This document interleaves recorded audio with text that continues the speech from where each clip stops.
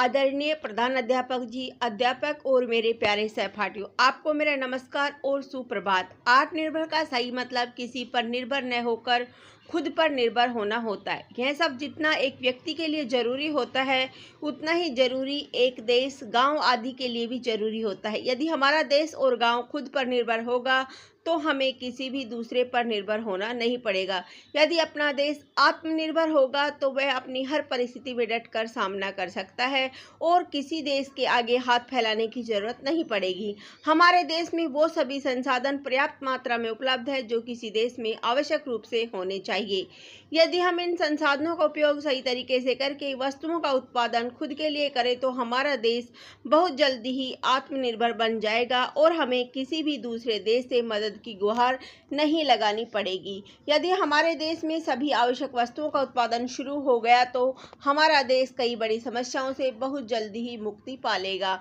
आज के समय में हमारे देश में बेरोजगारी, अशिक्षा, गरीबी जैसी भयंकर समस्याओं ने अपना विकराल रूप धारण कर लिया है। इन सभी से छुटकारा पाने के लिए हमें खुद पर आत्मनिर्भर होना पड़ेगा और आत्मनिर्भर भारत के लिए दूसरों को भी प्रेरित करना पड़ेगा। यदि हमारा देश पूर्ण रूप से आत्मनिर्भर होगा तो हमारे देश की आर्थिक स्थिति बहुत मजबूत होगी। देश में नए उद्योग खुलने से कई सारे युवाओं को रोजगार मिलेगा, शिक्षा में बढ़ोतरी होगी और हर युवा सक्षम होगा।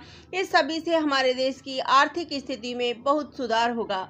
हमारे देश का युवा हर वो कार्य कर सकता है जिसका वो मन में ठान ले। यह अभी कोरोना जैसी महामारी में युवाओं ने सिद्ध कर दिया है। कोरोना वायरस के संक्रमण फैल जाने से हमारे देश में जो समस्याएं सामने आई, इनमें देश के सभी लोगों ने एक दूसरे की मदद करके हमारे देश को दूसरे देशों की नज़र में और भी ऊंचा कर दिया है। हमें अपने देश को आत्मनिर्भर बनाने के लिए हर वो कोशिश करनी चाहिए जो हम कर सकते हैं। इसके लिए हमें स्वदेशी वस्तुओं को अधिक से अधिक उपयोग में लाना होगा।